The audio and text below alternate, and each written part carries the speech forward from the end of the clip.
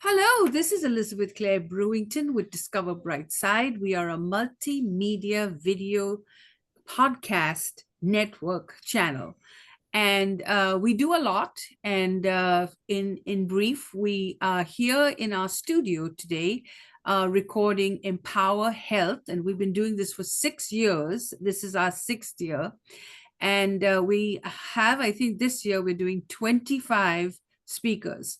And I'm very pleased to have Cindy Burns, who we met briefly, and she was so gracious to give us her time today to talk about a very important topic that is near and dear to my heart as well, which is grief and life purpose.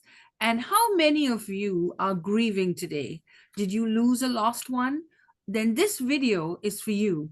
And if you are watching this video, write us a comment so we know that you're paying attention. And please subscribe to our channel, because that's what keeps us alive: your subscriptions, your comments, and your shares. And thank you for watching Discover Brightside. And I hope that Cindy Burns will empower you today with her talk. Thank you, Elizabeth. How many of you realize that grief is not just about death? It can be, it's any loss. It's the loss of a friendship. Maybe you've become estranged for some reason. Maybe it's because of distance or a misunderstanding. You can grieve for what I call pre-grieving, when you know that somebody you love is probably going to die, or Alzheimer's. If they have Alzheimer's, it's you grieve for who they were, and you know that it's not going to get any better. You grieve when you lose a job. There's all kinds of reasons. Oh, divorce is a big one. You know, people don't realize that the end of a marriage, for whatever reason, you grieve. Even if you're the one that wants to leave the marriage, you still grieve for what could have been. And from my point of view, the best way to get over grief, not get over it, nobody ever gets over it, to get through it and to move forward with your life, is to find your new purpose. Because your purpose included that person or that thing in your life, and now that's gone. So you need to replace, I don't like the word replace. You need to substitute a new purpose for that loss. And the best way to do that is, of course, you have to get through the initial grief, the gut-wrenching, the all-consuming grief that we all go through during initial grief. You know, the crying at the drop of a hat kind of thing. And I have some tips and hints to make that a little easier. Nobody's going to make it go faster. Nobody's going to make it easy. But there are ways to manage it. But that's another talk. This talk is about finding happiness through grief. My husband died 14 years ago, and I still grieve for him. I still miss him. The other day, it just kind of hit me all of a sudden. And I was just sitting and watching TV, but it was something that I thought he would enjoy too. And I mean, it didn't bring me to tears. It doesn't usually anymore, but it did sit on my heart. And I knew I got through it because I knew that that I'd gotten through worse. I'd gotten through worse feelings in the early stages of after his death. This is, by the way, this is him right there. And those are my kids, our kids. We had 6 boys. And the one female in that picture is my daughter-in-law. But yeah, I knew I'd gotten through the worst of it. So what I felt the other day was not, it wasn't horrible. Now, how did I get to this point? Well, after about, I thought I did well. I thought I did very well with my grieving. I told everybody, oh, I'm fine. I went back to work 2 weeks after his death. Everybody said it was too soon, but I just needed to work.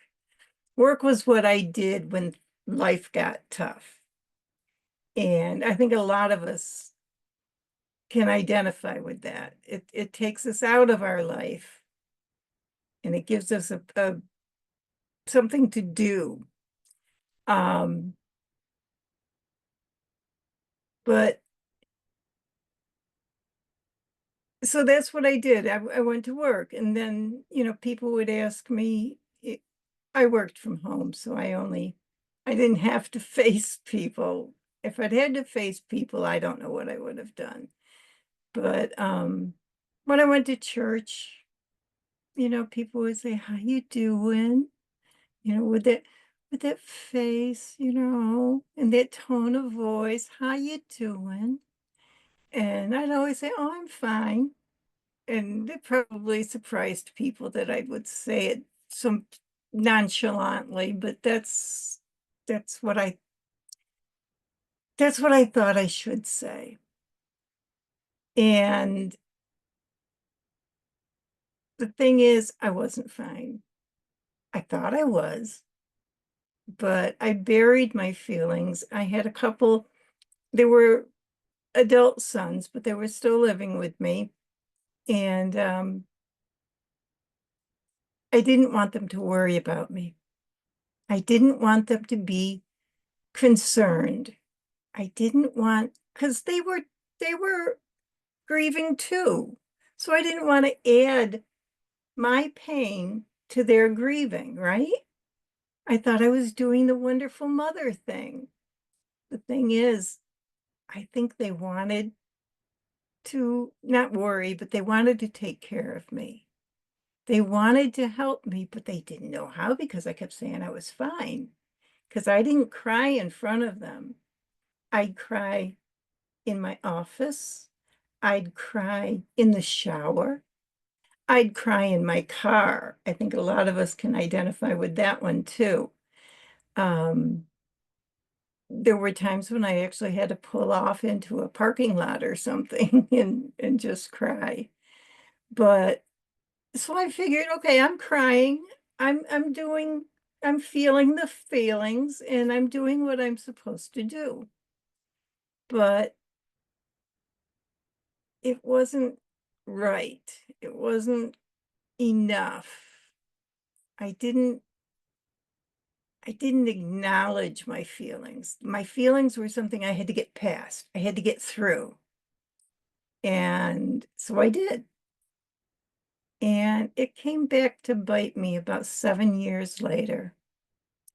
In that 7 years, there were things going on with my family, and I won't go into that, but they had health problems and things, and I was there to help them through it. I went to Colorado a couple times. I went to Virginia Beach for 4 years. And yeah, so it was a busy time I was doing what I'd always done. I was taking care of my kids. And all of a sudden that stopped. Everybody got healthy. Everybody was employed. Everybody was doing well. And I retired and I had nothing. I had no purpose. I had nothing. I stopped taking care of myself.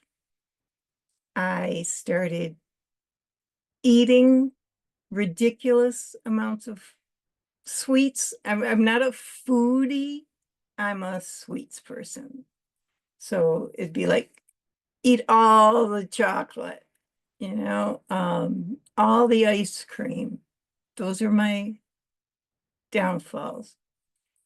And I gained a lot of weight, which thankfully I have lost, but I gained a lot of weight.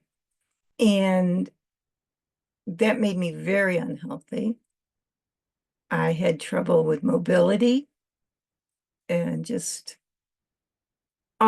my back started bothering me. Well, it bothered me more than usual. Um, just all kinds of health problems. I even had a bleeding ulcer. And I realized eventually that I was depressed, even though I didn't feel sad. I had all the other signs of depression, not taking care of myself, not eating properly, not sleeping well, all those kind of things. And I realized, oh yeah, you know what? I am depressed. So I talked to my doctor and we worked on that. But I also knew that the reason I was depressed was because I had no reason to get out of bed in the morning. I had no purpose in my life. I even stopped going to church, which, that still bothers me. Um, but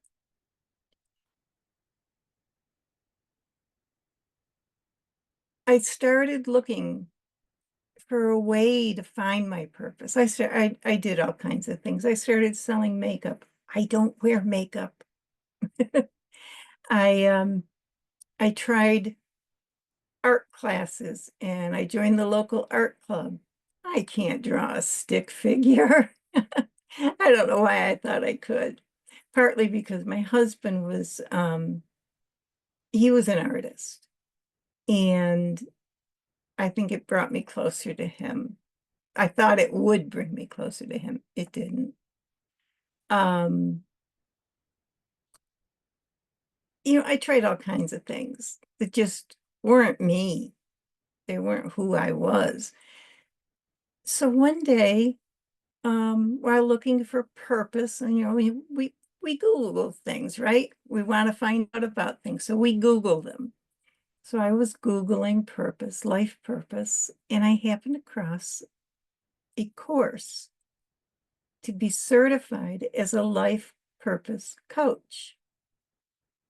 So I took the course, and by the end of it, I realized I knew I mean, I passed it with flying colors because I knew all that stuff. I just wasn't applying it to me.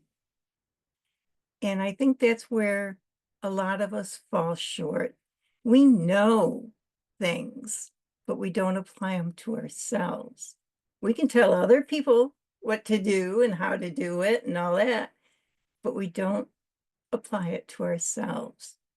So I applied it to myself and I realized that what I needed to do, what would make me feel whole was to help other people in my situation. And I can help people who are going through grief and need a purpose. When you lose somebody close to you, or you lose a situation that you've invested in, you lose what you thought your future would be. And you need to replace that with a new dream, even if it's not a practical dream. It's like my husband and I always thought we'd She's both retire and oh, is my time up? yes. Okay. Sorry. That's all right. Let me ask you a quick question. How do people reach you? And this was such an amazing talk. And how do people learn about your coaching practice? Well, I have a website. It's still kind of under construction, but it's cindyjburns.com, or they can email me at cindy@cindyjburns.com. I'm on Facebook as Cindy Judd Burns. So yeah, those are the best ways to reach me. All right. And I'll get in touch with you next week to see how we can help you as well to get the word out about your coaching practice. This is a much needed resource for anyone who has lost a dear one. And this is a great video that I can send people because, we've had a lot of people losing a loved one and they need encouragement. So thank you for empowering our community today with your beautiful message. And I hope you will come back to our show again. We do this every single month, and you're watching Discover Brightside. And Cindy, you've been discovered today on Discover Brightside.